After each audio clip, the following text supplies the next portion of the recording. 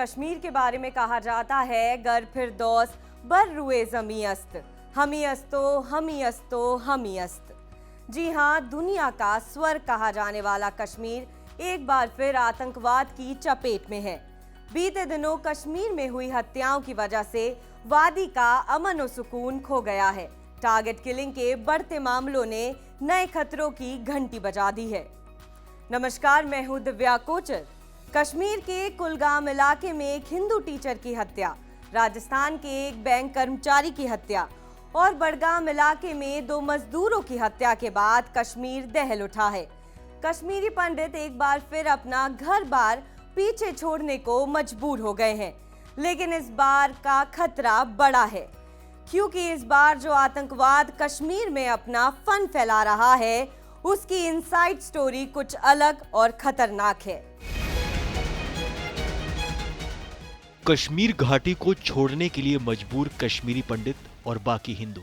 ये तस्वीरें साल 1990 के शुरुआती दौर की नहीं हैं, बल्कि कश्मीर से धारा 370 हटाए जाने के बाद साल 2022 की है।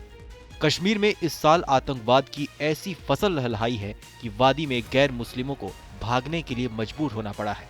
कश्मीर में हाल के दिनों में हुए आतंकवादी हमलों में खास बात यह है कि इनका अंदाज और इन्हें अंजाम देने वाले आतंकवादी पहले से अलग है। सिक्योरिटी जगत में इसे हाइब्रिड टेररिज्म कहा जा रहा है, जो वादी में मौजूदा हमलों की बड़ी वजह माना जा रहा है। पुलिस और सुरक्षा बलों के लिए हाइब्रिड टेररिज्म को कंट्रोल करना और इससे जुड़े लोगों की पहचान करना काफी मुश्किल नजर आ रहा है। आर्टिकल 370 को हटाए जाने और हाल ही में यासिन मलिक को हुई सजा इस आतंकवाद के अचानक बढ़ने की वजह माना जा रहा है। लेकिन उससे पहले समझते हैं कि आखिर हाइब्रिड टेररिज्म क्या है, जिसने इस बार घाटी के हालात बद से बदतर कर दिए हैं। हाइब्रिड टेररिस्ट या पार्ट टाइम टेररिस्ट दरअसल ये आम रूटीन लाइफ जीने वाले ऐसे रेडिकलाइज्ड लोग हैं जिनका ऐसी गतिविधियों में कहीं नाम नहीं है, या यूं कहें कि अनलिस्टेड हैं। ये आतंकवादी अपने मकसद को अंजाम देने के बाद रोजमर्रा के जीवन में लौट जाते हैं और भीड़ में इस तरह घुल मिल जाते हैं जिससे इनको ट्रैक या ट्रेस करना बहुत मुश्किल होता है। सुरक्षा बलों के मुताबिक ये अल्ट्रा टेररिस्ट नहीं होते हैं, लेकिन इन्हें इस हद तक रेडिकलाइज या ब्रेन वॉश किया जाता है कि ऐसे काम करने के लिए तैयार हो जाते हैं। इनको बॉयज नेक्स्ट डोर के तौर पर बताया गया है और इन्हें आतंकवादी संगठन स्टैंड बाय मोड पर रखते हैं। बाकी समय ये आम जनता के बीच रहकर एक आम जीवन जीते हैं। पिछले 3 महीनों में हाइब्रिड टेररिस्ट ने 16 लोगों की हत्या कर दी है, जिसमें 10 कश्मीरी मुस्लिम और 6 हिंदू शामिल हैं। इन हाइब्रिड टेररिस्ट के निशाने पर वैसे तो आम सिविलियंस ही रहते हैं, मगर इन्होंने निहत्थे पुलिस वालों को भी अपना निशाना बनाया है।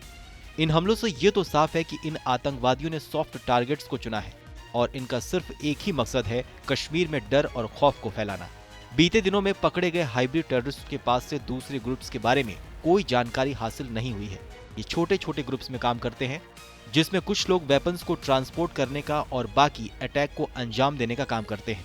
23 मई को पकड़े गए 2 हाइब्रिड टेररिस्ट के पास से सुरक्षा बलों को 15 पिस्टल, 30 मैगजीन्स, 300 राउंड गोलियां और 1 साइलेंसर बरामद हुआ था।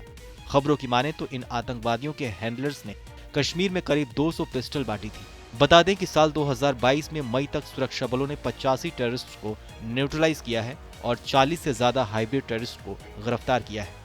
कश्मीर में आतंकवाद के इस नए चेहरे ने जहां अपना असली रंग दिखाना शुरू कर दिया है, वहीं इसे रोकने के लिए तैयारियां भी जोरों पर हैं और इसी कवायद के तहत दिल्ली में home minister Amit Shah security एजेंसियों के अधिकारियों के साथ कई मीटिंग भी कर चुके हैं।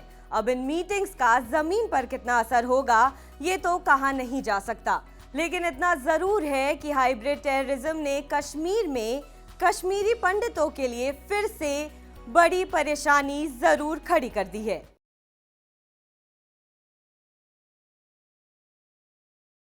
परवाह देश की, सोमवार से शुक्रवार रात 10 बजे TV9 भारतवर्ष पर।